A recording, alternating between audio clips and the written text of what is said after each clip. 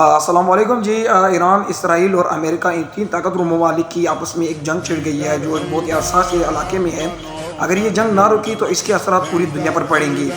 اور جی آپ کو بتاتا چلوں کہ 12 بجے کے قریب آج ہفتے کے دن اسرائیل نے سب سے پہلے ایران کے اوپر حملہ کیا اور اپنے اس حملے کو پریمپٹیو اسٹرائک قرار دیا،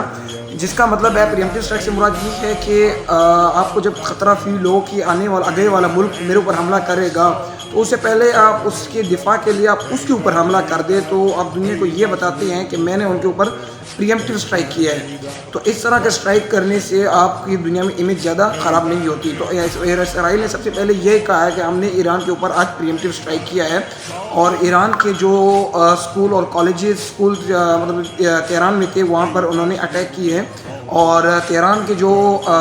یہ آفیشلی اناؤنس کیا گیا کہ بھائی تہران کو جلد از جلد خالی کر دیا جائے، جس سے یہ ظاہر ہوتا ہے کہ یہ جنگ اور یہ حملہ کوئی عام حملہ نہیں تھا، یہ مزید آگے بڑھ سکتا ہے۔ اور اس کے بعد جو اسرائیل نے اس کو نام دیا پریمپٹیو اسٹرائک کو، اس کو رورنگ لائن کے نام دیا گیا ہے، اور جس سے مراد ہے کہ دھڑتا ہوا شیر۔ اور اس کے بعد میں آپ کو بتا چلوں کہ امریکہ نے بھی جیسے ہی اسرائیل کو نے یہ حملہ کیا تو ایران نے کو امریکہ کو جیسے یہ پتہ چلا کہ بھئی اسرائیل نے ابھی حملہ کر کے انہوں نے بھی اس کو جوائن کر دیا اس حملے کو، اور کہا کہ ہم نے میجر کمبیٹ آپریشن سٹارٹ کر دیا ہے۔ جب یہ انہوں نے حملہ کر دیا تو کافی جگہوں پر ایران کے تہران میں دھماکوں کی آوازیں سنائی دی، تو ایران نے آفیشیلی طور پر تہران کو خالی کرنے کا اعلان جاری کر اور ایمرجنسی نافذ کر دی۔ تو اس سے یہ ظاہر ہوا کہ یہ جو امریکہ کا حملہ تھا یہ صرف امریکہ کے نہیں تھا بلکہ اس میں اسرائیل پہلے سے ہی شامل تھا۔ یہ جو اسرائیل دعوے کرتا تھا کہ ہم آپ کے ساتھ معاہدہ کرتے ہیں، ہم آپ کے ساتھ مل بیٹھ کے بات چیت کرتے ہیں، تو یہ سب ایک دھوکہ تھا۔ تو یہ آج ہم نے دیکھ لیا۔ تو جیسے ایران خالی ہوا، اسرائیل نے بھی اپنے جو تل ابیب ہے اس کو حملے کرنے سے پہلے ہی خالی کروا دیا تھا۔ مثلاً آپ کہہ سکتے ہیں کہ ان کو پہلے سے پتہ تھا کہ ایران ہمارے اوپر میزائل داغے گا، مطلب اس کر ایران ریٹیلیٹ کرے گا۔ تو جیسے یہ حملہ ہوتا ہے، ایران نے اپنی جو میزائل ٹیکنالوجی کا استعمال کرتے ہوئے جو امریکہ کے جتنی بھی ایئر بیسز ہیں قطر میں، کویت میں، یو اے ای میں، ابوظہبی جو بھی ہیں، یہاں پہ انہوں نے حملے سٹارٹ کر دیے اور بہترین حملے کیے ہیں، اچھے میزائل داغے ہیں، جن کا اس مسئلے کا سامنا صرف امریکہ کو نہیں کرنا پڑ رہا بلکہ اس کے جو موجود ممالک ہیں ایران، کویت، ابوظہبی جو بھی ہے، ان کو بھی اس کا مسئلہ سامنا کرنا پڑ رہا ہے، کیونکہ اگر آپ کے ملک میں کسی کا کوئی ایئر بیس ہو اور اس کی سوورنٹی کو اوورٹیک کر کے آپ کے اوپر کوئی میزائل داغ رہا ہے تو یہ ایک عام بات نہیں ہوتی کسی بھی کنٹری کے لیے نا۔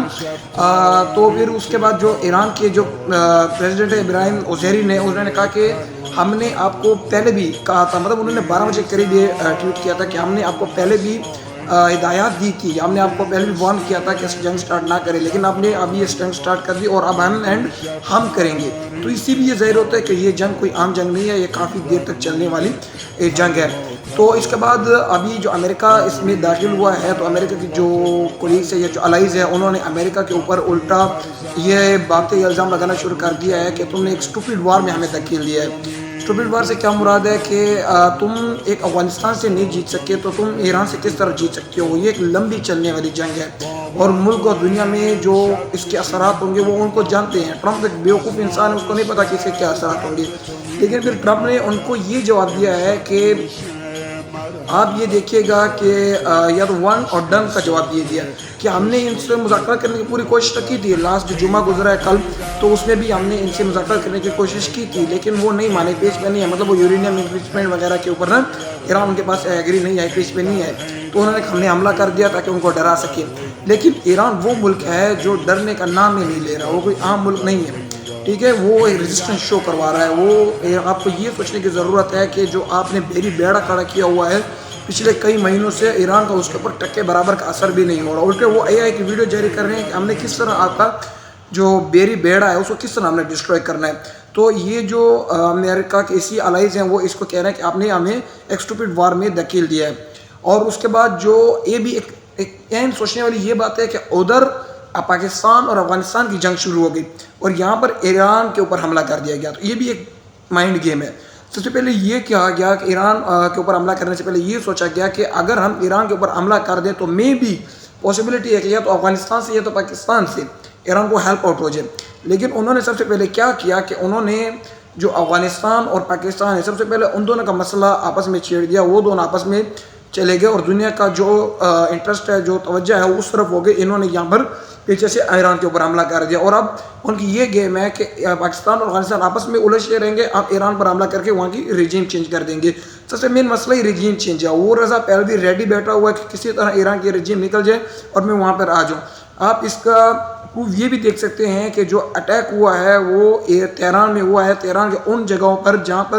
ان کے ہائی لیول کے منسٹر بیٹھتے ہیں. لیکن اللہ کا شکر ہے کہ ایران کے جو سپریم لیڈر ہیں اور جو مسعود پزشکان ہیں پریزیڈنٹ، وہ تمام ابھی تک سیف اینڈ سیکیور ہے. اور انشاءاللہ ہم امید کرتے ہیں کہ یہ مسئلہ جلد از جلد حل ہو جائے گا. اور یہ آپ کو بتاتا چلو، یہ جنگ